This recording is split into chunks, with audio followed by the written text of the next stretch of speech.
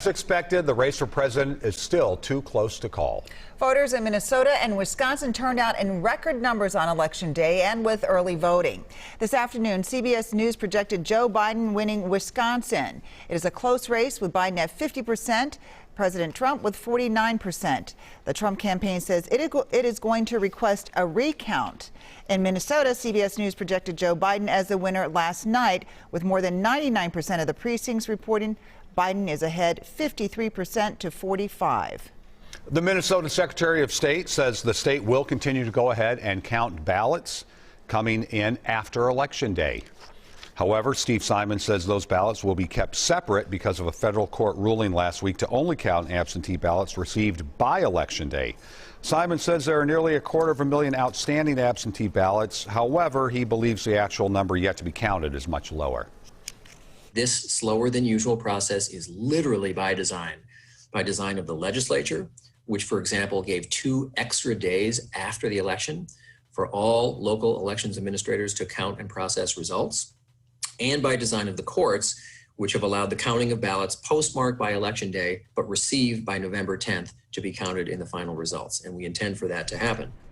Minnesota's voter turnout was just under 75% in 2016. So far, more than 3.2 million Minnesotans have voted in the 2020 election, and that is nearly a 78% turnout. Of course, numbers are one thing, but Pat Kessler's here with some analysis and some context. Yeah, he joins us now live in studio. So, Pat, what are the possible ways either candidate could win as we move forward here? Yeah, there's a lot of avenues here, but the window is closing fast for President Trump. And Joe Biden is nearing the 270 electoral votes he needs to win the White House. Here is where the map stands right now. CBS News projects Joe Biden has 253 electoral votes to Trump's 213. Wisconsin and Michigan both went to Biden today. Pennsylvania, Georgia, and North Carolina are still too close to call. Now, this is important. Biden can win it all without Pennsylvania if he picks up Arizona and Nevada. So there's a couple of avenues, but for President Trump, not so much. Well, let's go back to Wisconsin, our neighbor. Yep. The Trump campaign says they may ask for a recount there. What would that look like, Pat? It's very interesting to look at because the Wisconsin Elections Commission says its staff is standing by to assist clerks triple checking the results. That's what they're doing right now. They're taking this very, very seriously.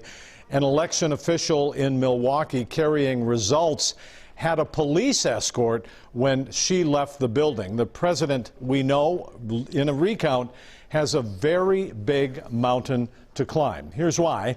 Joe Biden has a 20,000 vote lead in Wisconsin. It is virtually impossible to change those vote totals in his favor.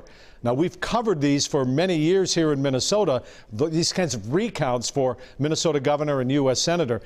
Even when you have millions of votes, as they do in Wisconsin, you're only going to see a swing of votes in the low hundreds if there's a recount.